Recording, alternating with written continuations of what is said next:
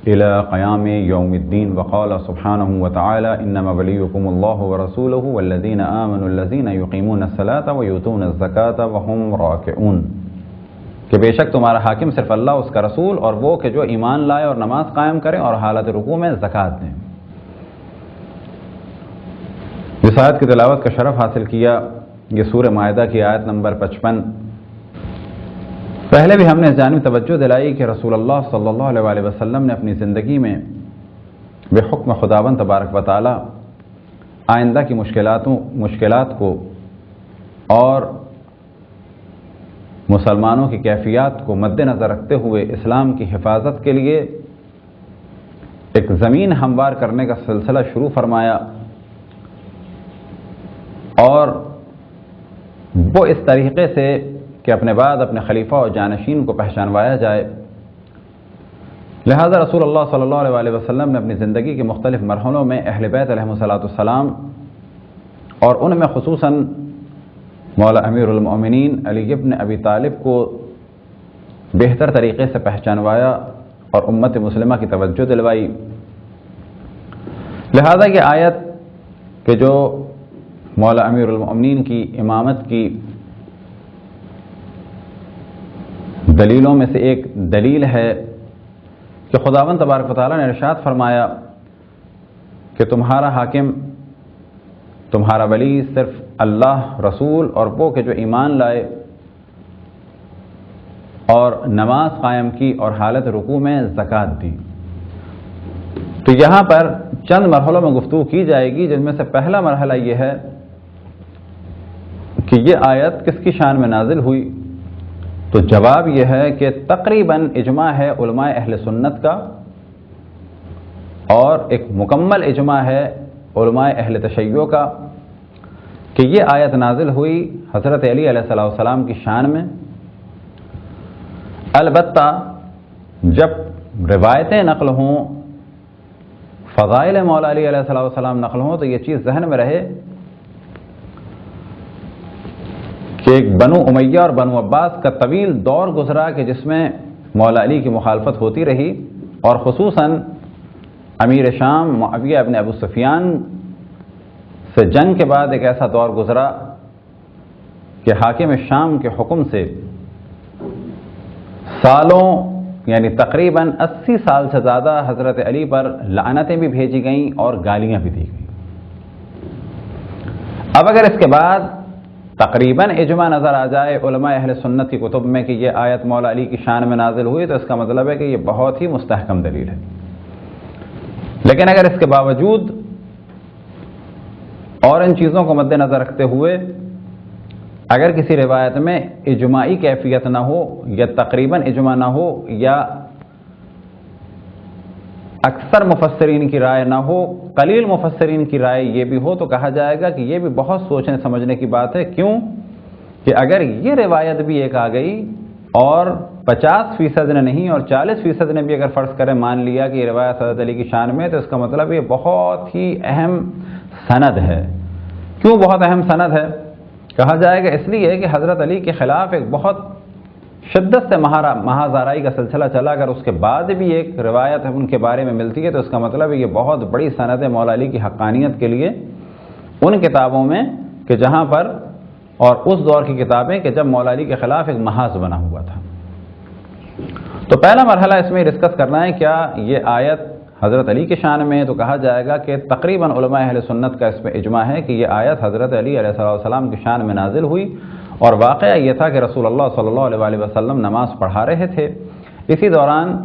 ایک سائل آیا اور اس نے کچھ مدد کی درخواست کی۔ مولا علی علیہ السلام رسول اللہ صلی اللہ علیہ وسلم کی اقتداء میں نماز سے مصروف تھے، بحکم خداوند تبارک و تعالی انہوں نے اپنے ہاتھ کے اشارے سے کہ اس طرح سے ہاتھ کو کچھ ظاہر کیا کہ جس سے وہ سمجھ گیا، اور اس نے اپنی ضرورت کے مطابق انگوٹھی اتار لی اور اس کی مشکل حل ہو گئی۔ رسول اللہ صلی اللہ علیہ وسلم کو نماز کے بعد اللہ سبحانہ و تعالی نے اس آیت کے ذریعے سے حضرت علی علیہ السلام کے فضائل بیان کرنے کا حکم دیا، اور یہ آیت نازل ہوئی انما ولیکم اللہ ورسولہ والذین آمنوا الذین یقیمون الصلاۃ ویؤتون الزکاۃ وہم راکعون، کہ بے شک تمہارا حاکم صرف اللہ، اس کا رسول، اور وہ کہ جو ایمان لائے اور نماز قائم کریں اور حالت رکوع میں زکوٰۃ دیں۔ تو پہلا مرحلہ تو حل ہو گیا کہ یہ آیت مولا علی علیہ السلام کی شان میں نازل ہوئی۔ اگلا مرحلہ یہ ڈسکس کیا جائے گا کہ یہاں پر ولی کے معنی کیا ہیں۔ تو ہمارا دعویٰ یہ ہے کہ یہاں پر ولی کے معنی حاکم کے ہیں، اولا بالتصرف کے ہیں، اور سرپرست کے ہیں۔ یہ تو ہو گئے وہ معنی کہ جو اچھی بڑی تعداد علماء اہل سنت کی اور تقریباً علماء اہل تشیع کا اجماع ہے کہ یہاں پر مراد سرپرست کے ہیں، لیکن ایک اچھی خاصی تعداد اہل سنت کی اس بات کو کہتی ہے کہ جہاں بھی ولی آئے کہ یہاں پر مراد دوست یا مددگار۔ پہلے بھی ہم نے اس جانب توجہ دلائی کہ بحث کے طریقوں میں سے ایک طریقہ یہ ہے کہ پہلے مرحلے میں تو ہم اپنے نظریوں کو ثابت کریں۔ مثال کے طور پہ اس وقت ہم نے یہ ثابت کر دیا کہ یہ آیت مولا علی علیہ السلام کی شان میں نازل ہوئی، پھر اس کے بعد اگلے مرحلے میں ہم نے یہ کہا کہ یہ اس آیت میں اللہ سبحانہ و تعالی کے ولی ہونے سے مراد حاکم اور سرپرست ہے۔ اللہ ولی الذین آمنوا یخرجہم من الظلمات الی النور، کہ اللہ ولی ہے، رسول اللہ بھی ولی ہیں اور مولا علی بھی ولی ہیں۔ تو یہاں پر ولی اولا بتصرف، النبی اولا بالمؤمنین من انفسہم، کہ نبی اولویت رکھتا ہے کس کے اوپر؟ مؤمنین پر، ان کی جانوں سے زیادہ۔ اور یہی وہ اقرار ہے جو رسول اللہ صلی اللہ علیہ وسلم نے میدان غدیر میں لیا، الست اولا بکم من انفسکم، آیا میں تم پر تمہاری جانوں سے زیادہ حق نہیں رکھتا؟ تو یہ تو ہے ہمارا دعویٰ۔ اب اگر اسے نہ مانا جائے تو کہا جائے گا کہ اتنی بات تو واضح ہو گئی کہ یہ آیت حضرت علی علیہ السلام کی شان میں نازل ہوئی، اور آپ کا کہنا یہ ہے کہ یہاں پر ولی سے مراد سرپرست نہیں بلکہ دوست یا مددگار۔ تو ہماری جانب سے پھر یہ سوال ہوگا کہ چلیں اگر آپ سرپرست اور مولا اور اولا بالتصرف کے عنوان سے نہ مانیں تو کم سے کم یہی مان لیں کہ دوست یا مددگار۔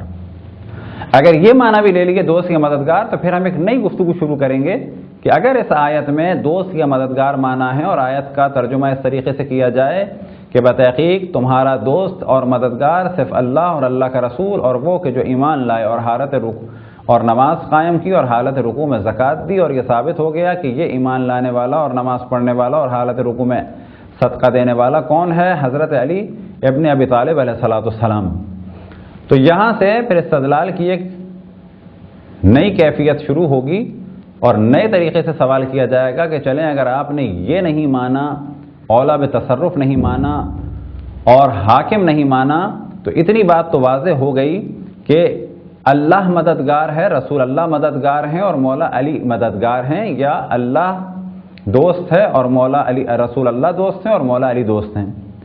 اگر یہ معنی بھی لے لیا جائے تو کہا جائے گا کہ یہ والی فضیلت اصحاب میں سے کسی کو بھی میسر نہیں ہوئی۔